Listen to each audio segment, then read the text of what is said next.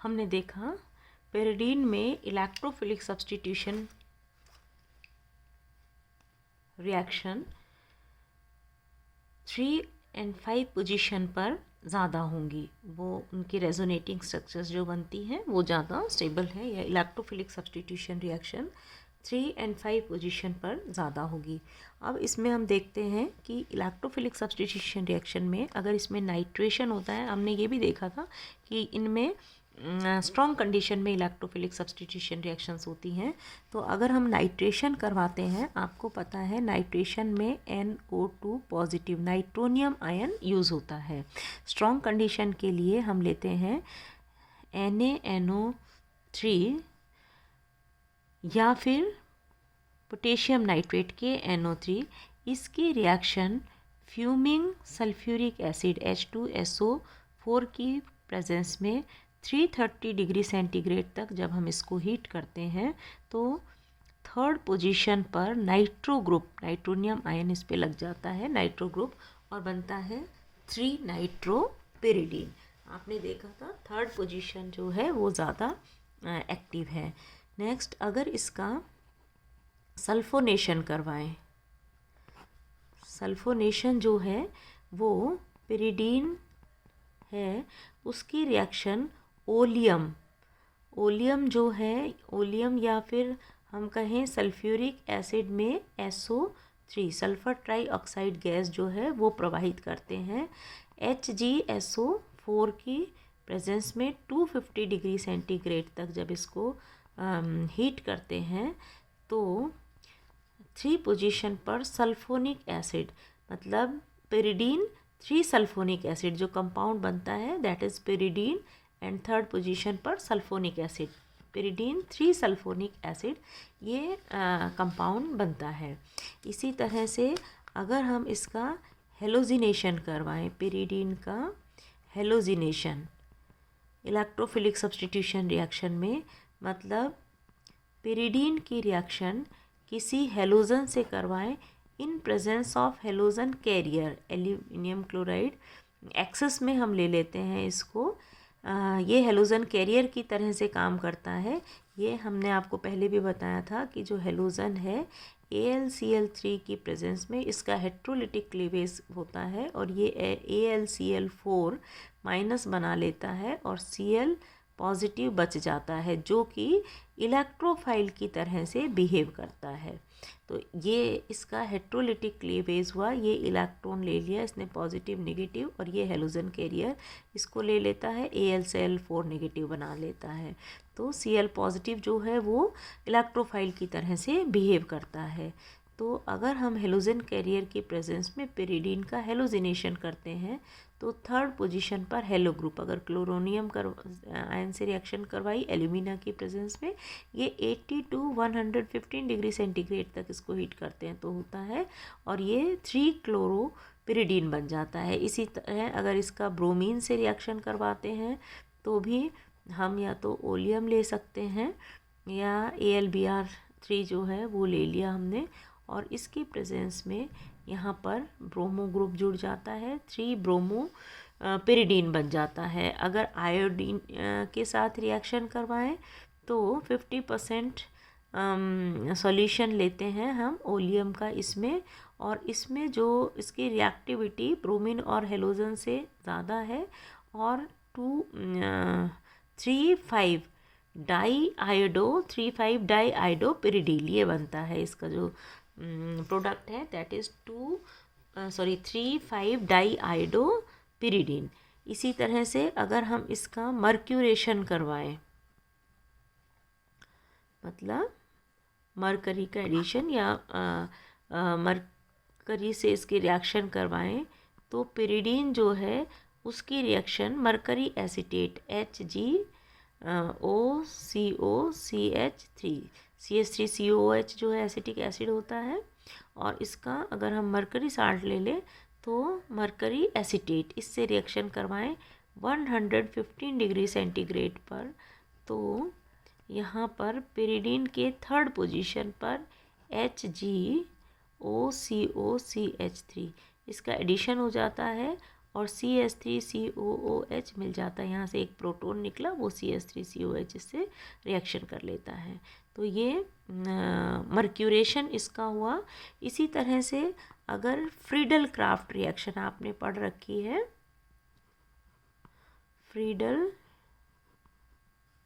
Crafts alkylation या acylation, Friedel craft दोनों होते हैं, एल्काइलेशन भी और एसाइलेशन भी। तो ये रिएक्शन करवाएं तो ये रिएक्शन इसमें संभव नहीं होती है, बल्कि क्या होता है कि जो पिरिडीन है वो, अगर हम सपोज़ कोई भी हेलोजिनेशन या एल्काइलेशन करवा रहे हैं और हेलोजन कैरियर की प्रेजेंस में ये रिएक्शन करवाते हैं, तो ये नाइट्रोजन से ये जो मेटल है उसका एडिशन हो जाता है, क्योंकि मेटल भी इलेक्ट्रॉन डेफिशिएंट होती है, उसको इलेक्ट्रॉन चाहिए, तो ये इलेक्ट्रॉन ले लेता है इससे, और AlCl3 या ClClCl ये जुड़ जाता है इससे। मतलब मेटल जो है वो नाइट्रोजन के पिरिडीन का जो नाइट्रोजन है वो कोऑर्डिनेट कर लेता है हेलोजन कैरियर से। लेविस एसिड है ये, तो लेविस एसिड इससे रिएक्शन कर लेता है। तो और यही कारण है कि जो पिरिडीन है वो फ्रीडल क्राफ्ट रिएक्शन नहीं देता है। क्यों? क्योंकि वो एसिडिक मीडियम में होगी, हेलोजन कैरियर या मेटल के प्रेजेंस में होगी, और वो उससे रिएक्शन ना करके, मतलब हेलोजन कैरियर की तरह से बिहेव ना करके नाइट्रोजन से एडिशन प्रोडक्ट बना लेता है, कोऑर्डिनेट कंपाउंड बना लेता है। तो इसमें फ्रीडल क्राफ्ट रिएक्शन पॉसिबल नहीं है। तो ये कुछ एक है इसकी electrophilic substitution reaction. Now pyridine का एक बेसिक कैरेक्टर, क्योंकि इसमें नाइट्रोजन इलेक्ट्रॉन अट्रैक्टिंग नेचर का है, मतलब नाइट्रोजन रिंग से इलेक्ट्रॉन ले लेता है और रिंग इलेक्ट्रॉन डेफिशिएंट हो जाती है। और हमने ये देखा था कि जब ये इलेक्ट्रॉन लेता है, रिंग इलेक्ट्रॉन डेफिशिएंट हुई, तो 2, 4, 6 ये पोजीशन ज़्यादा इलेक्ट्रॉन डेफिशिएंट होती है। तो इसमें जो है जिसको न्यूक्लियस चाहिए वो रिएक्शन भी संभव है, या न्यूक्लियोफिलिक सब्स्टिट्यूशन रिएक्शन भी संभव है। और वो कहाँ कहाँ पर पॉसिबल है? 2, 4, 6 पोजीशन पर। तो पिरिडीन की अगर न्यूक्लियोफिलिक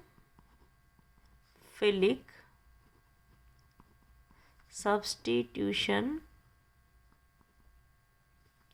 रिएक्शंस अगर हम पढ़ें तो हम ये देखते हैं कि इसमें न्यूक्लियोफिलिक सब्स्टिट्यूशन रिएक्शन 2, 4, 6 इन तीनों पोजीशन पर पॉसिबल है।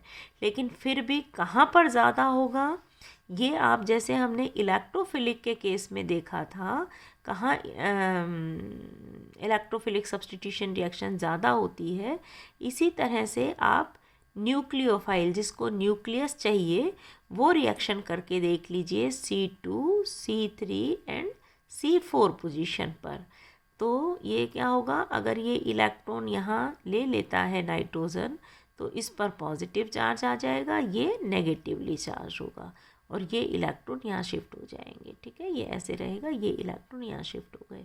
तो यहाँ पर मतलब इस 2 पोजीशन पर अगर इलेक्ट्रोफिलिक सब्स्टिट्यूशन होता है तो रेजोनेटिंग स्ट्रक्चर क्या बनेगी, अगर ये इलेक्ट्रॉन यहाँ आ जाते हैं, है ना, और मीन्स अगर इस तरह से नाइट्रोजन है 3 पोजीशन, मतलब ये इलेक्ट्रॉन अगर यहाँ चले जाए, ये पॉजिटिवली चार्ज हो जाए और ये निगेटिवली चार्ज, यहाँ पर ये कंपाउंड मतलब न्यूक्लियोफाइल ऐड हो जाए 3 पोजीशन पर। ये 2 पोजीशन है, ये 3 पोजीशन है, और 4 पोजीशन क्या हुई कि अगर मान लीजिए ऐसे है और ये वाले जो इलेक्ट्रॉन है ये यहाँ आ जाए 4th पोजीशन पर, है ना, तो ये वाली पोजीशन पॉजिटिवली चार्ज हो गई, ये निगेटिवली चार्ज हो गई, और यहाँ पर कोई न्यूक्लियोफाइल जिसको कि न्यूक्लियस चाहिए, है ना, न्यूक्लियोफाइल को यहाँ पर C2 इधर ऐड होगा, और यहाँ पर ये इलेक्ट्रॉन इधर हम मूव कर दें तो ये इलेक्ट्रॉन डेफिशिएंट हो जाएगी, यहाँ पर इलेक्ट्रॉन ज़्यादा हो जाएंगे, तो 3 पोजीशन पर इलेक्ट्रोफिलिक सब्स्टिट्यूशन रिएक्शन, और 4 पोजीशन पर न्यूक्लियोफिलिक। और 4 पोजीशन पर न्यूक्लियोफिलिक सब्स्टिट्यूशन रिएक्शन कब होगी, जबकि ये इलेक्ट्रॉन यहाँ शिफ्ट हो जाए, ये बॉन्ड इलेक्ट्रॉन, तो यहाँ पर नेगेटिव चार्ज आ गया और ये पॉजिटिव चार्ज आ गया। अब इसमें अगर न्यूक्लियोफिलिक एडिशन होता है तो इस 4 पोजीशन पर न्यूक्लियोफिलिक सब्स्टिट्यूशन रिएक्शन होगा। मतलब कि यहाँ पर ये डबल बॉन्ड है, ये डबल बॉन्ड है, यहाँ इलेक्ट्रॉन आ गया और यहाँ पॉजिटिवली चार्ज है तो यहाँ पर नेगेटिवली चार्ज, मतलब न्यूक्लियोफाइल जुड़ गया इस तरह से। तो 1, 2 और 3, ये 3 कंडीशन हो गई, जैसे कि हमने इलेक्ट्रोफिलिक सब्स्टिट्यूशन रिएक्शन में देखी थी। ऐसे ही न्यूक्लियोफिलिक सब्स्टिट्यूशन रिएक्शन में भी 3 पोजीशन संभव है, 2, 3 एंड 4 में इलेक्ट्रोफिलिक सब्स्टिट्यूशन रिएक्शन हो सकती है।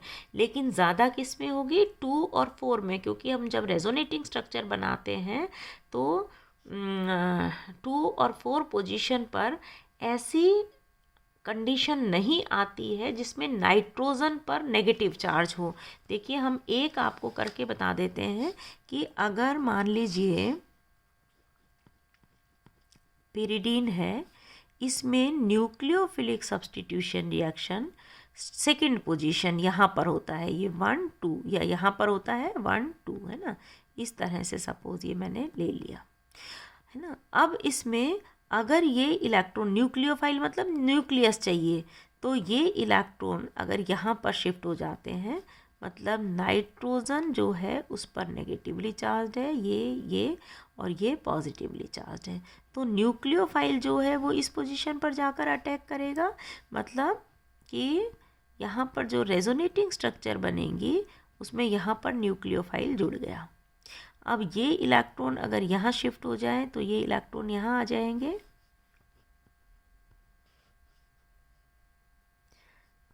और यहाँ पर डबल बॉन्ड, ये इलेक्ट्रॉन आ गए, यहाँ डबल बॉन्ड और ये न्यूक्लियोफाइल जुड़ा हुआ है। नेक्स्ट रेजोनेटिंग स्ट्रक्चर इसकी, ये इलेक्ट्रॉन अगर यहाँ शिफ्ट हुए तो ये इलेक्ट्रॉन यहाँ पर शिफ्ट हो जाएंगे, मतलब यहाँ पर इलेक्ट्रॉन आ गया, ये डबल बॉन्ड, ये डबल बॉन्ड, ये नाइट्रोजन जुड़ा हुआ है और यहाँ पर न्यूक्लियोफाइल जुड़ा हुआ है। नेक्स्ट रेजोनेटिंग स्ट्रक्चर में अगर ये इलेक्ट्रॉन यहाँ आ जाए तो ये अपने इलेक्ट्रॉन लेके निकल जाएगा, मतलब -H नेगेटिव, ये निकल गया और रिंग में इस पोजीशन पर न्यूक्लियोफाइल जुड़ जाएगा, यहाँ डबल बॉन्ड आ गया। ठीक है, ये कब हुआ, जबकि 2 पोजीशन पर इलेक्ट्रोफिलिक सब्स्टिट्यूशन रिएक्शन हो रही है। और इसमें हमने ये देखा कि जब 2 पोजीशन पर इलेक्ट्रोफिलिक सब्स्टिट्यूशन रिएक्शन हो रही है तो नाइट्रोजन पर नेगेटिव चार्ज आता है, और आपको पता है नाइट्रोजन की इलेक्ट्रोनेगेटिविटी बहुत ज़्यादा है। अगर उसको इलेक्ट्रॉन मिल गए, मतलब नाइट्रोजन पर नेगेटिव चार्ज आ गया, तो ये मोस्ट स्टेबल कंडीशन है, this is most stable condition, most stable state है। तो कोई भी न्यूक्लियोफाइल चाहेगा कि मैं उस पोजीशन पर अटैक करूं जिस पर कि एक मोस्ट स्टेबल स्टेट बन रही है। तो न्यूक्लियोफिलिक सब्स्टिट्यूशन रिएक्शन कहाँ पर ज़्यादा होगा, 2 पोजीशन पर। इसी तरह जब 4 पोजीशन पर आप करते हैं इलेक्ट्रोफिलिक सब्स्टिट्यूशन रिएक्शन, 4 पोजीशन पर होता है, तब भी इसी तरह की एक स्टेट आती है जिसमें नाइट्रोजन पर नेगेटिव चार्ज है। लेकिन अगर 3rd पोजीशन पर इलेक्ट्रोफिलिक सब्स्टिट्यूशन रिएक्शन होता है 3 पोजीशन पर, तो ऐसी कोई भी स्टेट नहीं आती जिस पर कि नाइट्रोजन नेगेटिवली चार्ज है या उस पर ज़्यादा इलेक्ट्रॉन डेंसिटी है, वो स्टेबल है, ऐसा नहीं होता है।